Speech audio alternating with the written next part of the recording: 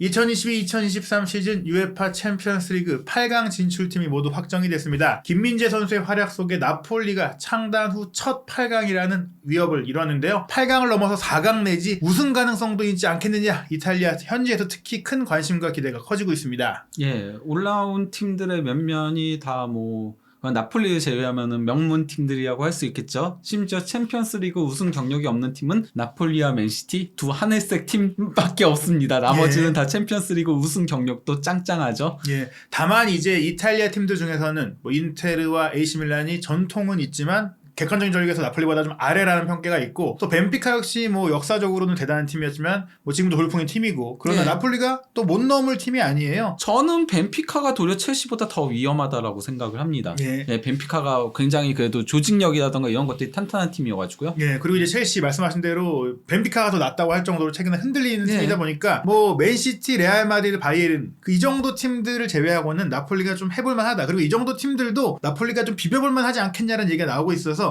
저희가 이번 시간에는 이제 나폴리가 실제로 이제 8강 대진 추첨을 앞두고 대진표도 중요하니까 우승할 수 있는 좀 기회가 정말 있을지를 살펴보려고 하는데요. 이 얘기가 사실 저희들만 한 얘기가 아닙니다. 이탈리아 축구의 레전드라고 할 수 있는 파울로 디카니오가 이 나폴리의 챔피언스리그 이변이 가능하다라고 이제 이야기를 했고, 그 과정 속에서 김민재 선수에 대해서 얘기를 했던 부분이 화제가 되고 있어요. 예, 물론 일단 처음에는 이걸 깔고 가긴 했죠. 중요한 순간에 경험이 차이를 만들 것이다. 예, 그렇기 때문에 나폴리가 잘하고 있지만 이런 어려운 상황에서 유명한 팀들, 즉 이제 챔피언스리그 강호들과 맞붙었을 때 어떤 모습이 나오는지 이제 보고 싶다, 궁금하다라는 얘기예요. 지금 잘하고 있으니까. 그러면서 이제 나폴리가 어려운 상황에서 유명한 팀들과 맞붙는 게 보고 싶다. 선수들이 어떻게 반응하고 선택할지 궁금하다. 왜냐면 나폴리는 말 그대로 돌풍의 팀, 그리고 챔피언스리그와 그렇게 인연이 있지 않은 팀이다 보니까 더 이런 얘기를 하는 거죠. 게다가 지금 이 나폴리의 돌풍을 이끌고 있는 오시멘, 크바라첼리아, 김민재, 혹은 로보트카 이런 선수들도 사실 이제 챔피언스리그 윗단계 큰 경기를 경험하면서 검증되진 않았거든요. 지금까지 물론 경기력이 좋았는데 지금 얘기 나온 대로 이제 시즌 3분기까지 보여준 플레이를 보자면 어떤 팀도 두려워할 필요가 없는 나폴리니까 이제 유럽을 대표하는 강호들과의 경기가 어떨지 기대가 된다라고 하면서, 나폴리가 지금처럼 신선한 모습, 그러니까 이게 신체적인 컨디션 얘기하는 것 같아요. 컨디션이 좋다면 어떤 팀을 만나도 두렵지 않을 것이고, 자신들만의 축구를 할 수 있다면 무슨 일이든지 일어날 수 있다. 굉장히 이거는 이제 기대감을 주는 얘기예요.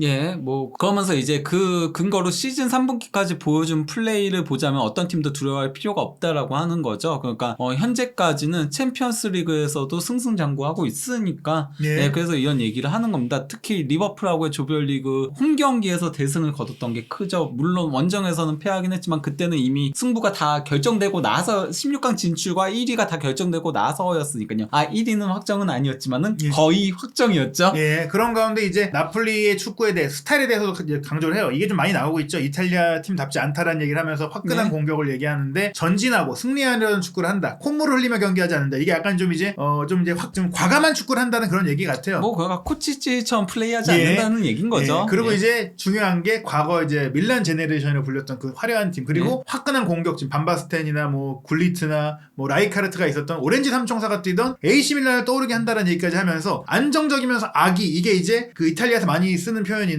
승부욕, 그 승리에 대한 강한 의지를 갖고 있다는 얘기예요. 도끼를 얘기하는 거죠. 그러면서 이제 나폴리는 흐비차와 오시멘 외에도 경기력과 실행력에 있어서 야수 같은 김민재가 있다. 그는 말과 행동 모두 절대적인 리더다라고 얘기를 했습니다. 왜냐하면 사실 이 중간에 공격진에 대한 얘기를 많이 해요. 제가 그건 생략해서 넘어갔고, 이제 이 흐비차, 오시멘을 칭찬하다가 이제 김민재는 야수 같다 그러면서 리더다라는 얘기를 했어요. 이게 좀 인상적인 코멘트인 것 같아요.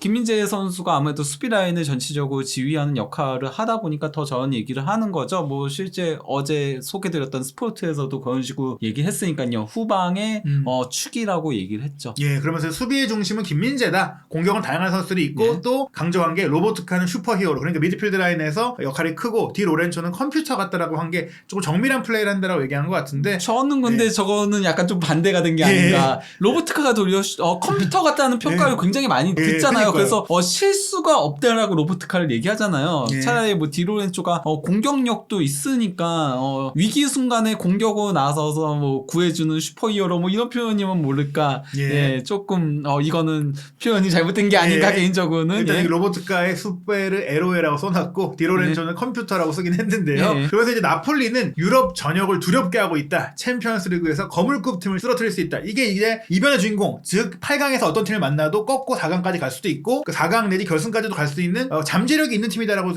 얘기를 한 겁니다.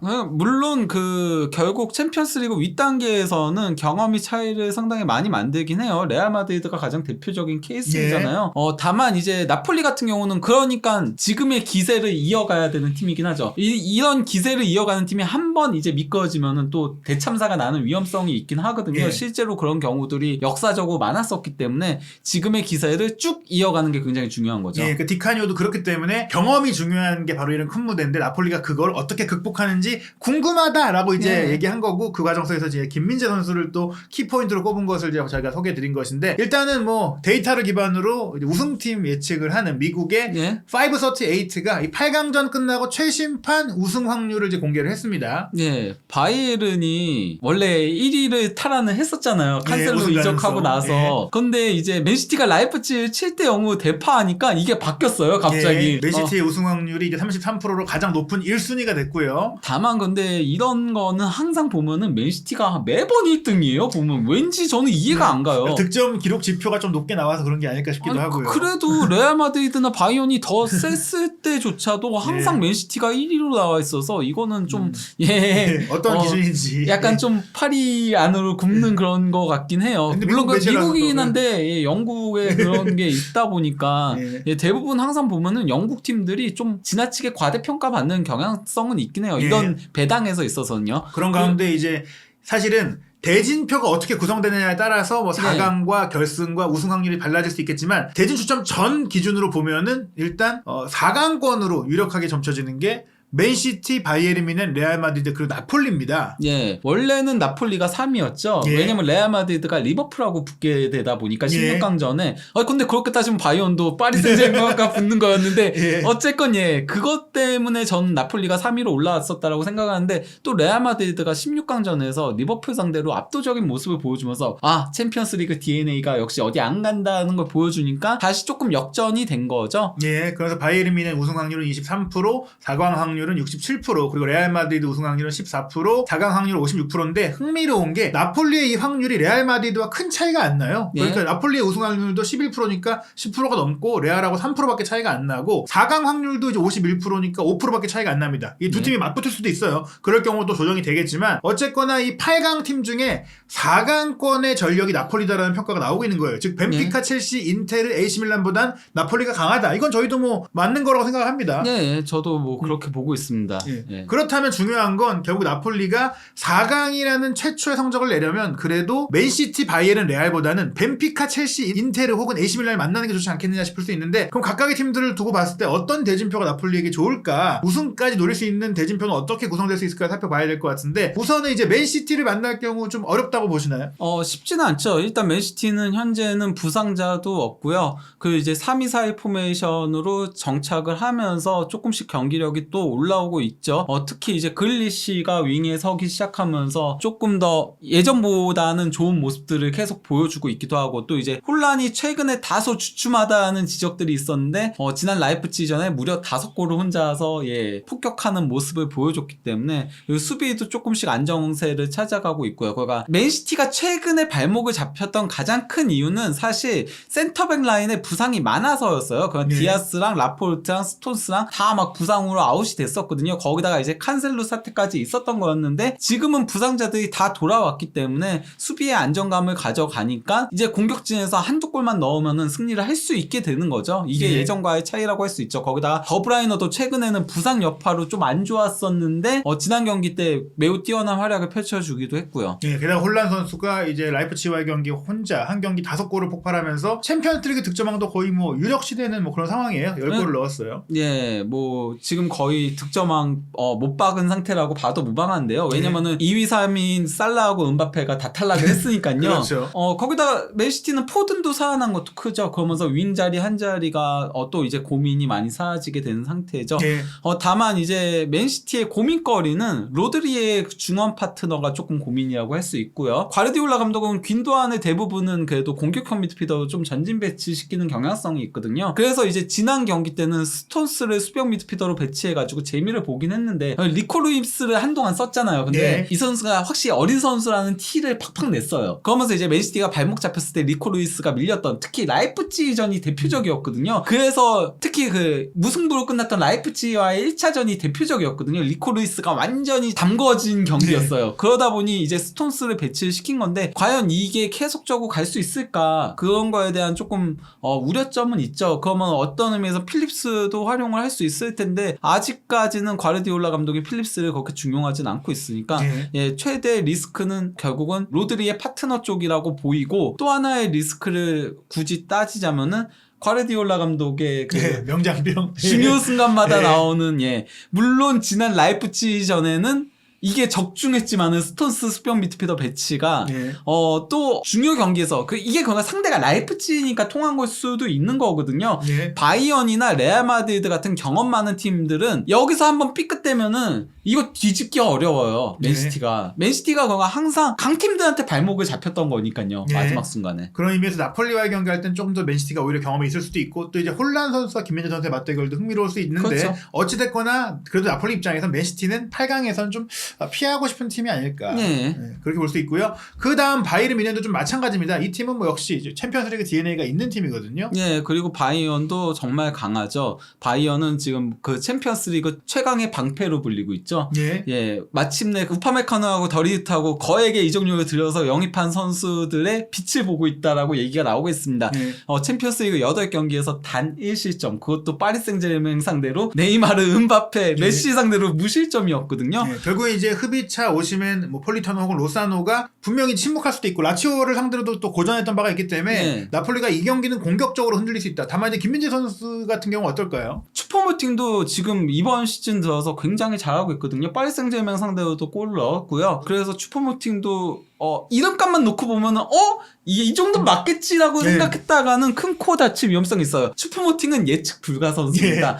정말 쉬운 득점 찬스를 자기 멋대로 날리다가도 또 멋진 플레이로 골을 넣기도 하거든요. 이 선수가 기본적으로 운동 능력이 좋기 때문에 발생을 하는 부분이긴 해요. 근데 저는 김민재 선수 입장에서는 차라리 슈퍼모팅이 밀러보다는 맞기 쉽지 않을까라는 생각도 들어요. 그러니까 지금 슈퍼모팅이 부상 때문에 4월 초 복귀 예정이거든요. 그러면은 나폴리랑 8강에 붙게 되면 슈퍼모팅이 못 나올 수도 있고 1차전에 못 나올 수 있죠. 그럼 밀러가 가짜 9번으로 나올 수 있는데 밀러는 운동 능력 같은 것들은 떨어지지만은 이 선수가 굉장히 영리하고 그리고 상대 라인 뒷공간을 빈 공간을 움직이는데 능하잖아요. 그리고 상대 수비를 끌고 올라오는데도 능하거든요.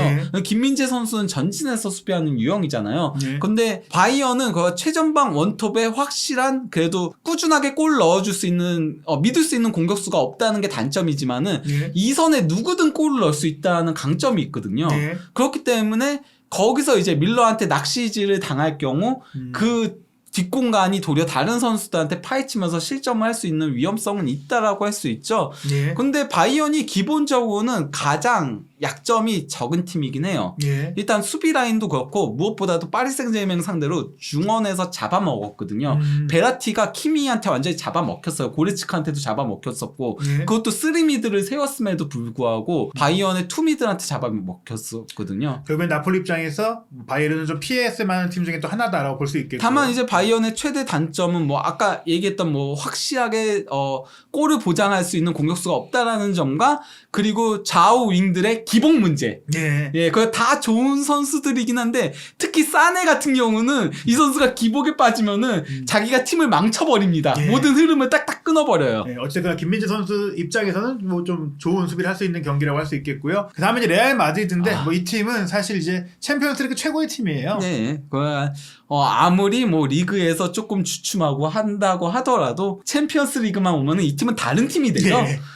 거기다가 벤제마가 이제 부상해서 복귀해가지고 이번 리버풀전에도 또 골을 넣었거든요. 네. 벤제마가 있는 레알 마드리드는 단점이 없다라고 할 수도 있죠. 네, 거의. 게다가 이제 뭐 9.5번의 교과서적인 활약을 하다 보니까 또 김민재 선수가 전진 수비를 하는데 이 선수가 위아래로 오르내리면서 폭넓게 움직여주니 김민재와 벤제마의 대결도 굉장히 흥미롭겠지만 네. 8강에서는 안 보고 싶다. 4강까지는 가서 보고 싶다. 네. 약간 이런 느낌이에요. 레알 마드리드는 정말 인비저블 썸띵이 있는 팀이에요. 예. 말 그대로. 그래서 거기다가 뭐 다 챔피언스리그 경험이 베테랑이고 어떤 의미에선 나폴리와 대척점에 있는 팀이에요. 예. 그렇게 막 빠르게 움직이는 팀도 아니고요. 물론 뭐 역습에 강하긴 하지만요. 비니시우스라던가 발베르데라던가 호드리그가 다 빠르다 보니까 공격할 때는 굉장히 빠르게 공격하기도 하지만은 또 이제 중앙에서 만들어가기도 하고 기본적으로 지공 플레이도 상당히 많이 하는 팀이어가지고 나폴리와는 좀 대척점에 있다라고 할 수 예, 있죠. 나폴리가 라인을 올릴 경우 네. 뒷공간을 공략하기는데도 능하기 때문에 솔직히 레알 마드리드도 8강에서는 좀 피하고 싶은 팀이다. 다만 이제 레알 마드리드 같은 경우는 최대 단점은 벤제마가 부상당하면 답이 없다. 그렇죠. 예. 네. 호드리구 가짜 9번밖에 없는 건데 호드리구도 윙에 설 때가 훨씬 잘하기 때문에 이럴 경우에는 조금 큰 고민이 발생한다. 그리고 또 이제 풀백 문제도 좀 있죠. 카르발은 부상이 많고 맨디는 이제는 조금 처분 대상으로까지 얘기가 될 정도로 폼이 많이 떨어졌고 알라바가 이제 그래서 왼쪽 풀백으로 나올 때도 있는데 알라바도 현재 부상 중이니까 예, 네. 결국에는 이제 뭐 팀 대 팀으로 봤을 때는 그래도 나폴리가 해볼만 하겠지만 그래도 이제 레알의 그 정예 멤버가 나온다면 쉽지가 않다. 네. 다음은 이제 벤피카인데 벤피카는 이제 김민재 선수와 이제 인연이 있는 슈미트 감독이 또 이끌고 있잖아요. 네. 예. 그리고 벤피카는 여러모로 나폴리랑 좀 유사점이 있어요. 굉장히 빠르게 공격하기도 하고 그리고 조직력이 정말 좋은 팀이고요. 그걸 바탕으로 좋은 성과들을 지금 내고 있는 거거든요. 챔피언스리그에서도 승승장구하고 있잖아요. 괜히 벤피카가 객관적인 전력 대비 우승순위가 5위까지 올라와 있는 게 아니에요. 그리고 심지어 16강 대진 앞뒀을 때는 4위까지 올라갔었어요. 레알 마드리드가 그때가 한창 안 좋던 시기여가지고 그렇죠. 5위까지 밀려나 있었거든요. 예, 근데 이제 벤피카 같은 경우도 일단 하무스라는 확실한 공격 무기가 있죠. 그리고 월드컵 이후에 하무스의 득점력이 더 무섭게 폭발하고 있죠. 예. 그래서 이제 김민재와 하무스의 대결도 상당히 흥미로운 요소라고 할 수 있는데요. 근데 이제 벤피카 같은 경우는 기본적으로는 아우르네스를 왼쪽에 배치를 시키면서 이 선수가 원래는 수비형 미드필더, 중앙 미드필더인데 왼쪽에 배치시키는 이유가 그리말도가 사실상 윙처럼 올라가니까 그렇죠. 그걸 커버시키기 위해서 배치를 하거든요. 그러면서 이제 챔피언스리그에서는 조금 더 밸런스를 맞추는 그런 형태로 해요. 그래서 하무스와 하파시바 그리고 주앙 마리오가 공격을 거의 책임지는 형태로 가는데 만약에 나폴리가 먼저 골을 넣게 된다면은 그러면 이제 마리오가 왼쪽 윙으로 움직이면서 네레스가 투입될 가능성도 있는 거죠. 근데 이 팀도 어쨌건 변용은 상당히 많이 될 수 있는 팀입니다. 다만 이 팀에 우려점이 하나 있다면은 엔소 페르난데스가 떠나면서 중원의 뎁스는 결국 줄어들었다는 거. 아우르네스도 기본적으로 왼쪽 윙으로 나오니까 그건 플로렌티노하고 치키뇨 외에는 여기서 믿을 수 있는 선수가 결국 부상자가 발생하면은 아우르네스가 내려가게 되고 그러면은 그리말도의 뒷공간을 커버하는 데 있어서의 부담이 발생할 수밖에 없어요. 예. 결국은 이제 이런 문제들이 있기 때문에 또 나폴리가 충분히 또 해볼 수 있는 상대긴 하다. 네, 그리고 오타멘디도 어쨌건 나이 이슈가 있긴 하니까요. 물론 뭐 여전히 잘해주고 있긴 하지만은 그리고 좌우 풀백들의 수비력은 조금 떨어져서 대신 공격력은 좋지만은 그 뒷공간을 조금 팔 수 있는 여지가 있다라고 할 수 있겠죠. 그리고 이제 다음은 첼시인데 사실 첼시는 뭐 최근 굉장히 큰 위기를 겪고 있었지만 이제 도르트문트를 꺾고 8강에 올라가면서 좀 반등을 뭐 성공한 그런 상황이에요. 네, 그러니까 뭐 지금 3연승이죠. 리즈하고 도르트문트하고 레스터를 그것도 3연승을 달리는 동안 리즈한테 1대0 승리, 그리고 도르트문트한테 2대0 승리, 그리고 또 이제 레스터 시티한테 3대1 승리, 한 골 듣고 3골로 늘려나가고 있긴 해요. 그리고 3연승의 중심에는 바로 전술 변화가 있거든요. 3-4-2-1 포메이션으로 아예 변화를 했어요. 그동안 4-2-3-1을 계속 쓰다가 그러면서 또 다른 변화가 하나가 있었는데 하베르츠를 가짜 9번에서 2선에 오른쪽에 배치시키는 걸로 바꿨는데 이게 아주 빛을 보고 있습니다. 그러면서 하베르츠가 최근 좋은 모습 보여주고 있고 또 이제 포파나가 수비에 또 힘을 실어주고 있는 데다가 티아고 실바가 부상당하니까 쿨리발리가 뒤늦게 각성을 했습니다. 원래 그 세리에아 최고의 센터백의 모습을 이제서야 위용을 보여주고 있고 또 이제 엔소도 계속 좋은 모습을 보여주고 있는 데다가 또 이제 첼시가 3-4-2-1을 할 수 있게 된 거는 결국 7회가 제임스가 부상해서 복귀한 게 커요. 그러다 보니까 이 둘에게 윙플레이를 시키는 거예요. 어차피 이 둘보다 더 위력적인 윙플레이어도 없거든요. 결국에 이제 김민재 선수는 하베르츠가 이제 하프 스페이스 들어오는 것도 막아야 되고 뭐 스털링이나 무드릭이 중앙으로 침투하는 것도 커버해야 되고 이게 제임스까지 올라올 때는 좀 부담스러울 수 있겠는데요.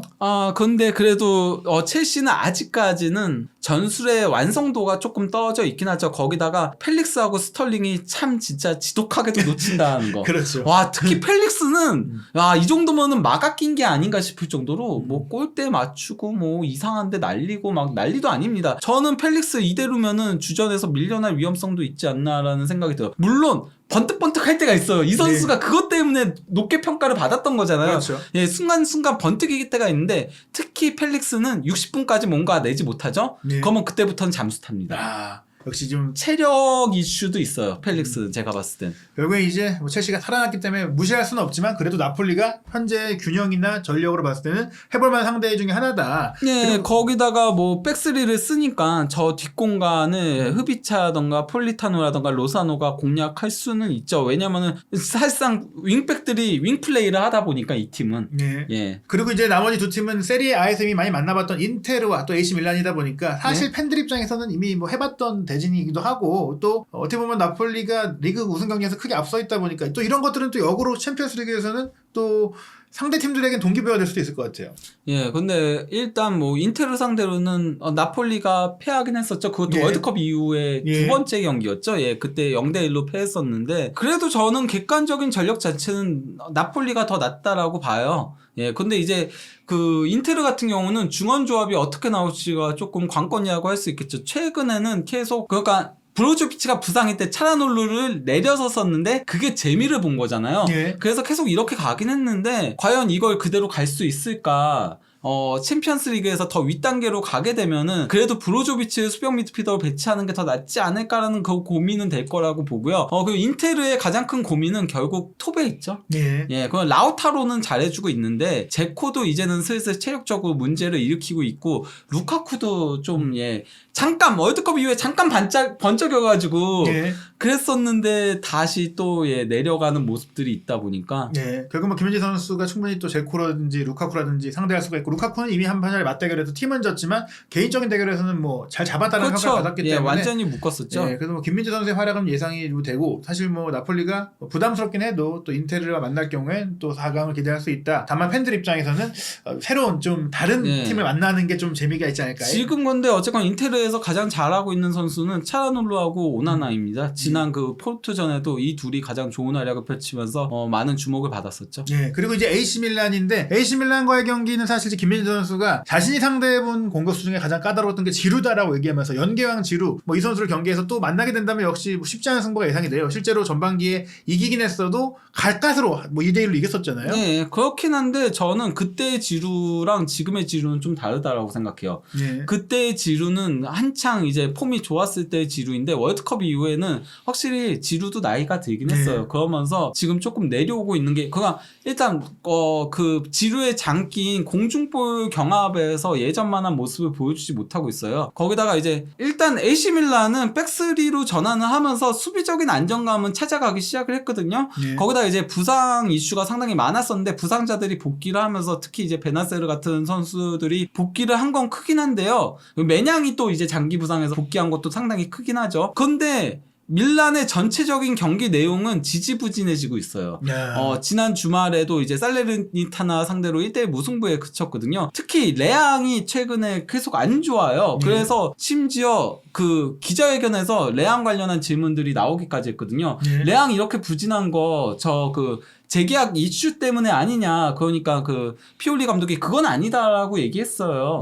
그렇게 답변을 하긴 했지만은 어쨌건 현재 레앙의 폼도 좋지 못하고 데케텔라르는 이대로면 완전히 망한 영입이고 지루까지도 힘들어하다 보니까 결국은 공격이 돼야 하는데 공격이 안 되고 그렇다고 해서 4-2-3-1로 돌아가기에는 수비적인 불안성도 있고 그래서 이래저래 고민이 많은 밀란이라고 할 수 있겠습니다. 결국은 테오한테 기대는 게 상당히 크긴 해요. 그나마 브라임 디아스가 최근 최근에 좀 좋은 모습들을 보여주고 있고 백스리로 바꾸면서 수비만 조금 안정화가 됐다. 매냥은 그리고 매경기 미친 활약을 펼친다. 이 정도밖에 없거든요. 예, 결국엔 공격이 좀 무력하기 때문에 실제로 토트넘을 이제 꺾고 올라왔는데 1차전에 조금은 행운의 골, 좀 수비 실수를 통한 골을 넣고 2차전은 또 0대0으로 비겼다라는 점을 봤을 때는 화력이 약하다. 김민재 선수가 충분히 막을 수 있고 그렇다면 현재의 기대라면 나폴리가 충분히 또 밀란을 잡고 올라갈 수 있다라고 볼 수 있겠는데 즉 사실은 이제 나폴리의 4강 진출도 어느 정도 이 대진을 따라준다면 가능하겠구나 이렇게 볼 수 있겠는데요. 저는 뭐 밀란, 벤피카 그리고 인테르, 첼시 이 정도는 꺾고 올라갈 수 있을 거라고 생각을 해요. 현재까지의 기세라던가 그런 것들 보면 물론 4월 초에 가면은 또 다 바뀔 수는 있긴 하죠. 선수들 부상도 있고 뭐. 첼시도 특히 캉테가 이제 부상 복귀를 앞두고 있잖아요. 그리고 캉테가 슈퍼 캉테의 모습을 보여주면은 레알 마드리드도 때려잡았던 캉테거든요. 그렇죠. 그래서 어떻게 될지 모르지만 그냥 현 시점만 놓고 보면은 첼시, 밀란, 인테르 그리고 벤피카는 쉽게 이길 수 있을 거라고 보이지만은 저는 인테르하고 밀란은 만나지 않았으면 좋겠어요. 일단 재미가 없어요. 그렇죠. 같은 리그끼리 붙으면은 신선함도 없고 재미도 없기 때문에 개인적으로 보고 싶은 매치업은 준결승에 올라가기는 힘들더라도 맨체스터 시티를 보고 싶긴 해요. 그렇죠. 화끈한 축구가 될 것 같은데. 그리고 혼란하고의 그렇죠. 괴물끼리 맞대결이잖아요. 야수끼리의 대결. 약간 좀 이 야수 대결을 보고 싶긴 하거든요. 하지만은 이거는 조금 뒤로 미루고 4강으로 개인적으로는 벤피카도 재밌을 것 같고요. 왜냐면은 맨유가 영입하려고 하고 있는 하무스와 김민재의 대결도 있고 두 팀도 약간 좀 비슷비슷한 결이 있다라고 아까 전술적으로 그런 부분이 있다라고 했잖아요. 그리고 또 이제 슈미트 감독하고의 재회도 있고 뭐 그런 것들이 있다 보니까 저는 개인적으로 벤피카를 추천을 합니다. 저도 개인적으로 이탈리아 팀 간 대결만 아니었으면 좋겠다. 저는 그 생각 하나예요. 그리고 그래도 가장 만났으면 하는 팀은 저는 개인적으로 역시 맨시티 그리고 레알 마드리드를 한번 만났으면 좋겠다. 그러니까 역시 다 이제 피하고 싶은 4강에서 만나면 좋겠지만 또 이런 팀들을 상대로 이 김민재 선수가 활약을 해줄 경우 본인의 여름 이적 시장에 또 가치를 또 관심을 높일 수 있지 않을까 싶어서 좀 화제가 되는 팀을 상대로 또 이겨줬으면 하는 좀 마음이 있습니다. 저는 그냥 보고 싶은 건 맨시티 가장 만났으면 하는 나폴리 입장에서 벤피카라고 할 수 있고요. 그리고 저는 가장 피해야 되는 팀은 레알 마드리드라고 봅니다. 왜냐면은 레알 마드리드 같은 경험 있는 팀들이 정말 이런 팀들을 잘 요리하기 때문에 어떤 의미에서는 저는 그냥 레알 마드리드와 바이언이 나폴리에게 있어서는 최대 카운터 어택이 될 것 같아요. 그래서 사실은 저도 8강에서는 레알하고 미네는 꼭 피해야 된다. 다만 맨시티 자체도 이런 8강이나 4강에서 좀 약한 면들을 보여왔기 때문에 오히려 강팀 중에 그러니까 상위 3개 팀 중에서 만나야 된다면 맨시티 또 피해야 한다면은 레알하고 바이에른 그리고 나머지 팀들은 이탈리아 팀만 아니면 좀 이제 벤피카나 첼시를 만나서 저는 오히려 이제 첼시를 만나서 좀 이겨주고 4강에 가서 이제 레알이나 맨시티를 만나거나 혹은 이제 여기서 또 대조닉도 따라주면 결승까지 가도 되겠지만 뭐 8강을 잘 넘겨서 4강까지는 좀 봤으면 좋겠어요. 이 대진 추첨은 3월 17일 금요일 저녁 8시에 이제 시작하는데요. 대진 추첨 끝나자마자 저희가 김민재 선수가 어떤 팀과 어떤 선수를 상대하게 되는지 분석해드리고요. 이 경기는 한국 시간으로 이제 4월 12일과 13일 새벽에 1차전 그리고 19일과 20일 새벽에 2차전이 열리거든요. 이 경기들도 일정이 어떻게 구성되는지도 저희가 바로바로 정보가 나오는 대로 소개해드리도록 하겠습니다. 한준TV와 함께 김민재 선수의 챔피언스리그 4강 도전 모든 이야기 확인하시기 바랍니다.